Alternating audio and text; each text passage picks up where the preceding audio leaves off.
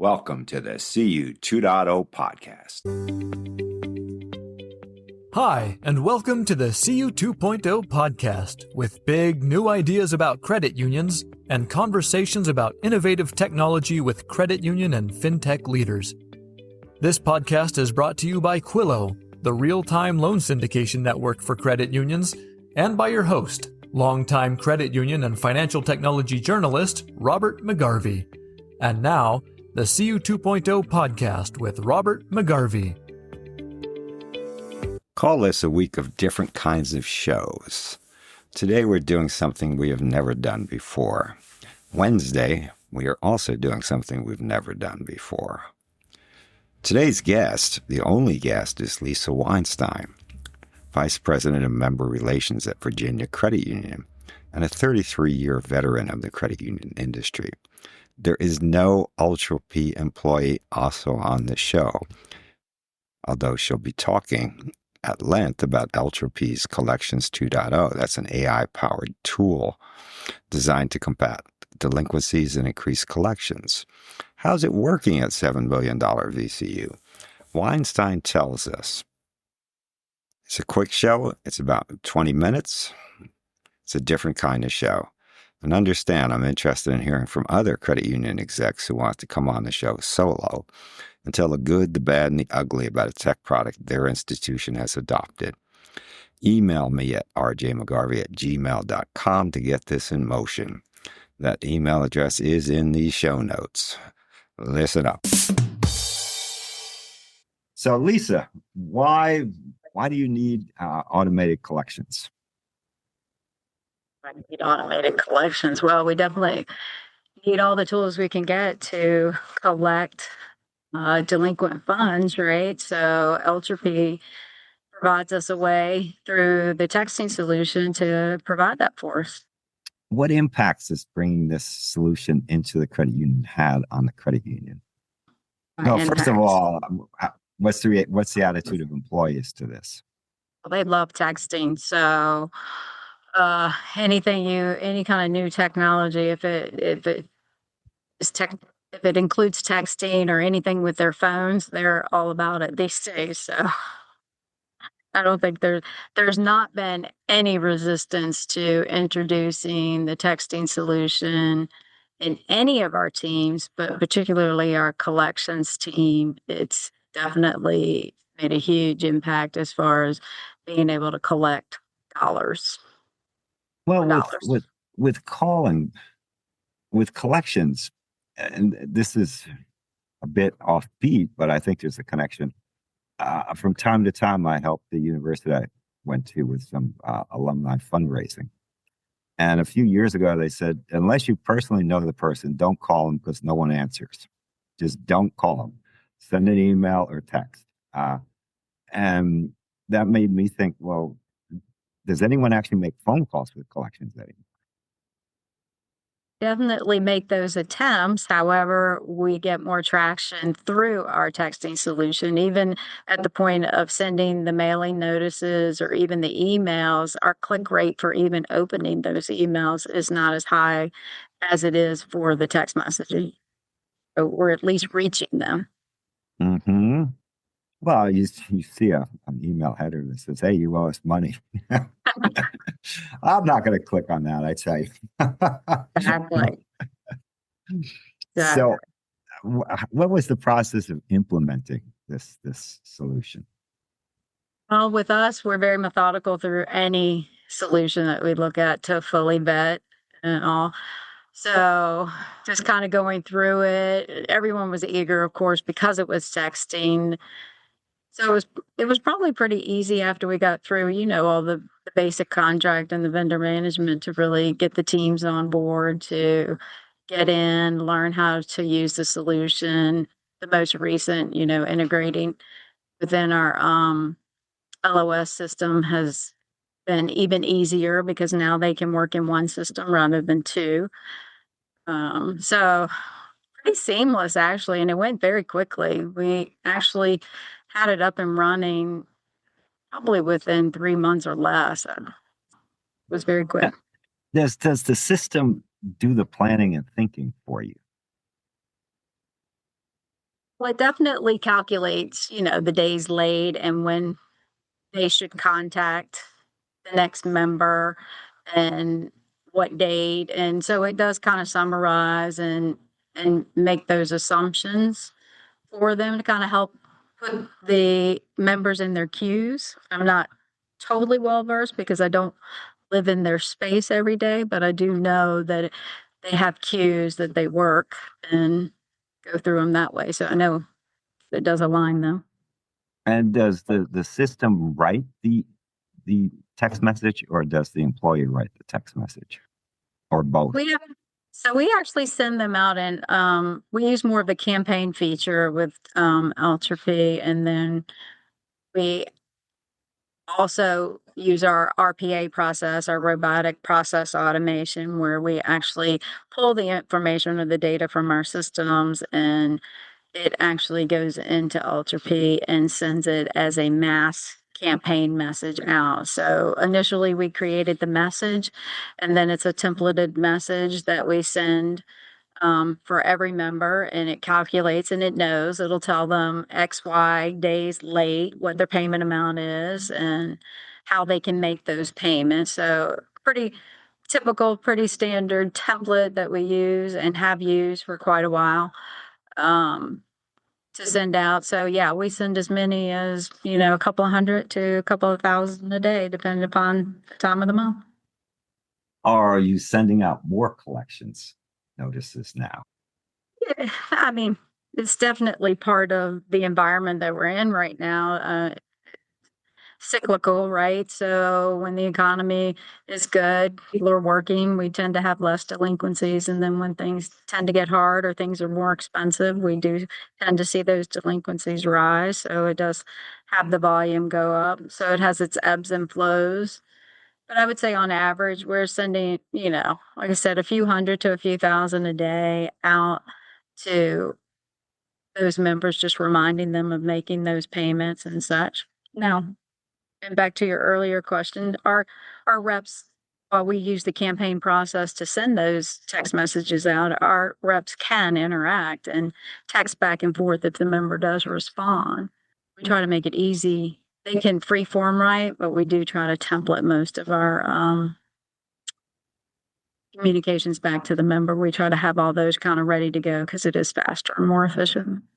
So once you've implemented this system, what benefits do you see?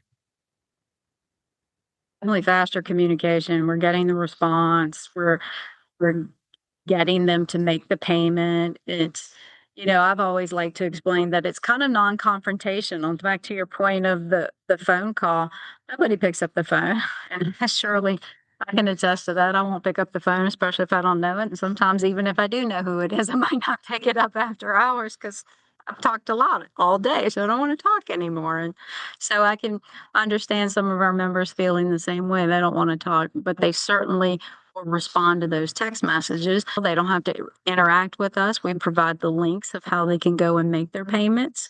So we do see an uptick on collecting more and more every year. Well, why do you think so? I think with anything with our collections, people are, I mean, no one wants to be delinquent, right? They don't want to have someone calling them and saying you're late. So having this non-confrontational form of communication, it just makes it easier, right? They don't have to feel bad. They know it's an automated message that's coming to them, and they can make the payment. Now, of course, they'll still try and get the phone call if they're too many days late. I just feel like it's more effective than the typical mail, email, calling, to your point. And you are quoted saying, using Eltropy collections, we're collecting more than we ever have before in our credit union's history. And not only are we recovering more funds, but we're keeping positive relationships with our members throughout the process.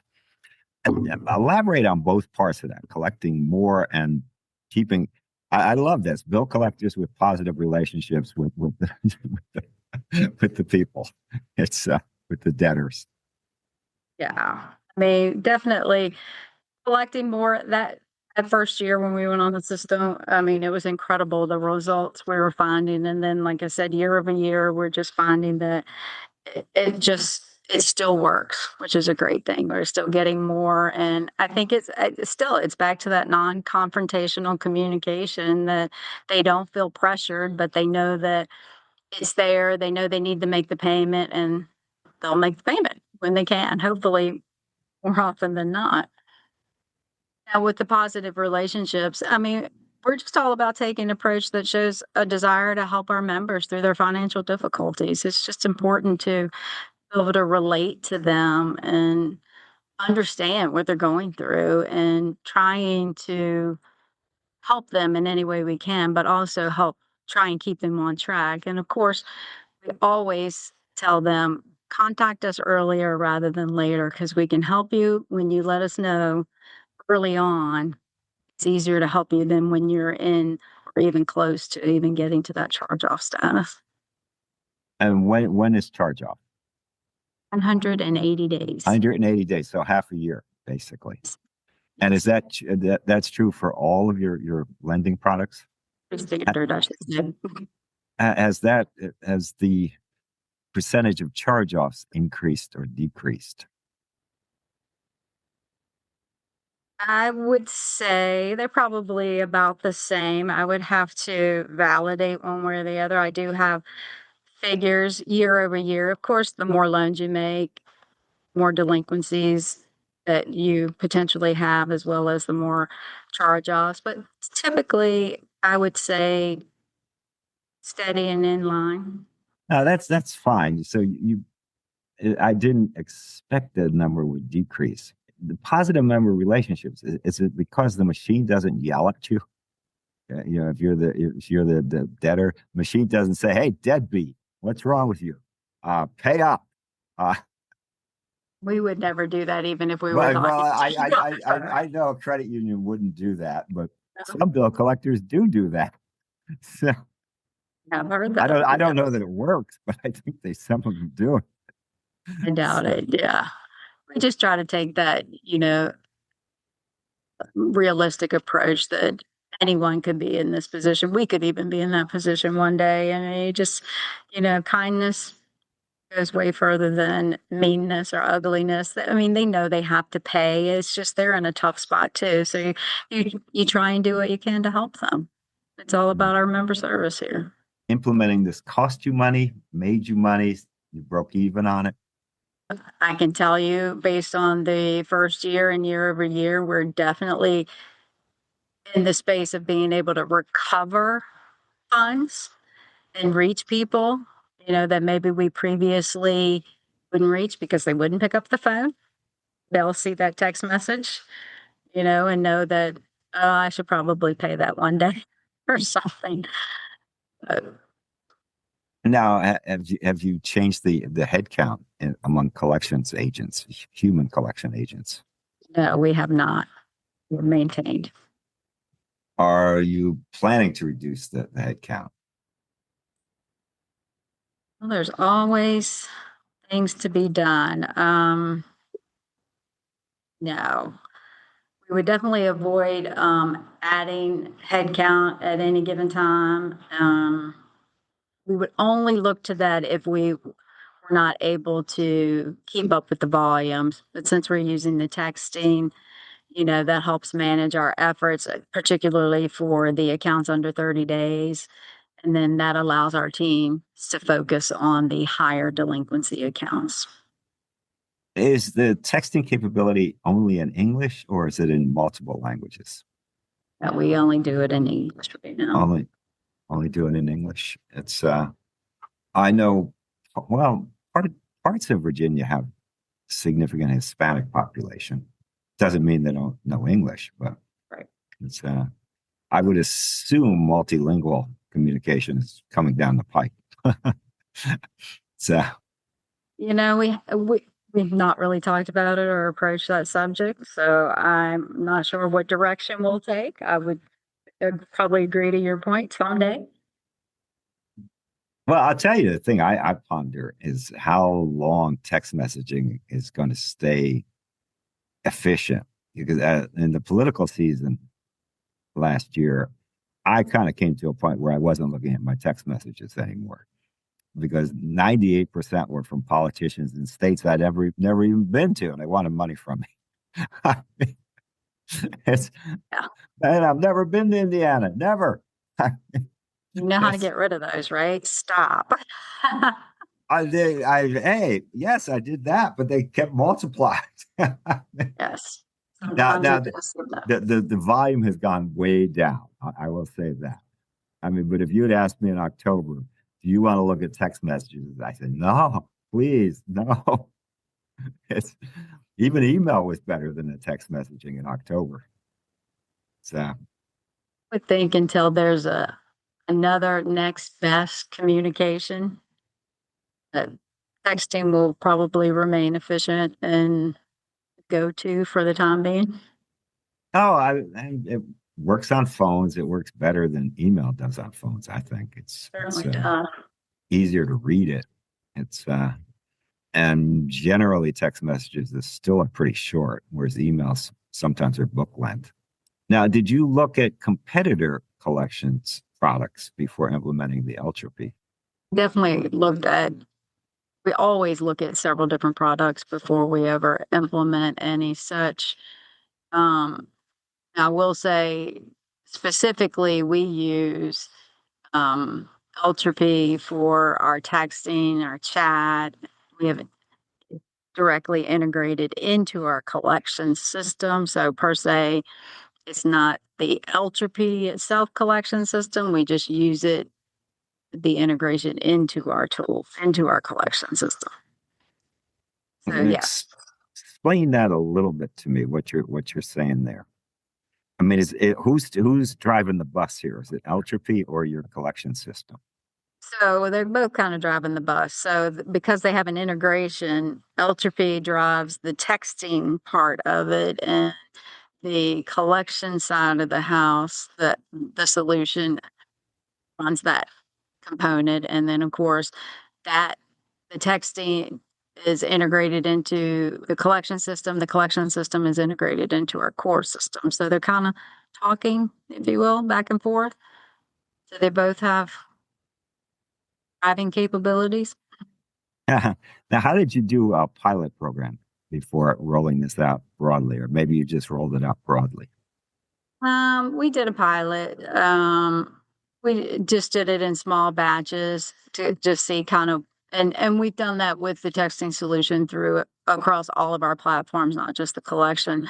Um, we would do tests and hypotheses for different scenarios at any given time, but definitely we always start with a smaller population, get the results back, and determine whether we move forward with the next steps.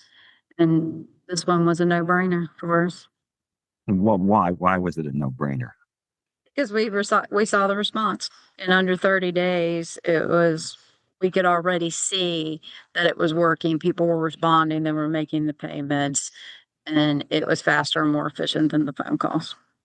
And your employees also, I assume, found it easy to deal with the system. Yes. You know, they loved it. Think about it. They didn't have to be on the phone. They could text. And to your point, they weren't the ones yelling, but the member could be yelling at them.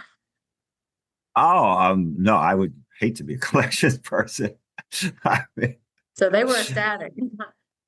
I'd much rather have a machine doing the talking for me. it's Exactly. it's absolutely no. I think the future of collections has to be machines. Oh, yeah. It's for a human being, it's a tough job to.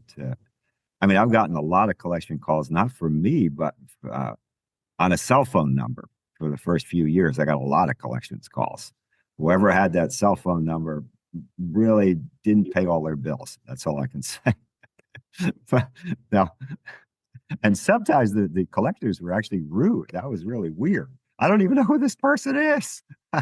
Oh, interesting. Yes, I've had some that, even though I've had my phone number for a very, very long time, and but I do find where they have misdialed numbers and they're insistent that I'm the person that they're looking for, and I'm like, no, I'm don't know that person, and this is not the right number. But yes, they usually get pretty indignant with you. And I'm like, look, okay, I'm done. I don't think those calls are coming from like a credit union or a mainstream bank. I think this is some third party place that's bought this bad paper and is trying to get a few dollars out of it. And they're I would agree.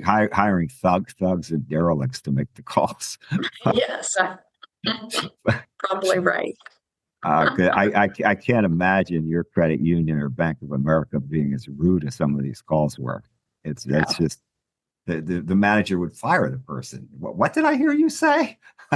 exactly. I mean, we definitely have member experience expectations and call recording and things like that. So we would not want that. Plus, we're just not that kind of credit union. We're very helpful and overextending, to try and help, people in need. Now, I assume you've rolled this product out across your lending platforms. Yes. We have it in our consumer lending and our lending operations. So you're a happy customer. Always. I love Eltropy. Before we go, think hard about how you can help support this podcast so we can do more interviews with more thoughtful leaders in the credit union world. What we're trying to figure out here in these podcasts is what's next for credit unions. What can they do to really, really, really make a difference in the financial scene? Can't all be mega banks, can it? It's my hope it won't all be mega banks. It'll always be a place for credit unions. That's what we're discussing here. So figure out how you can help. Get in touch with me. This is rjmcgarvey@gmail.com. Robert McGarvey. Again, that's rjmcgarvey@gmail.com. Get in touch. We'll figure out a way that you can help. We need your support. We want your support. We thank you for your support.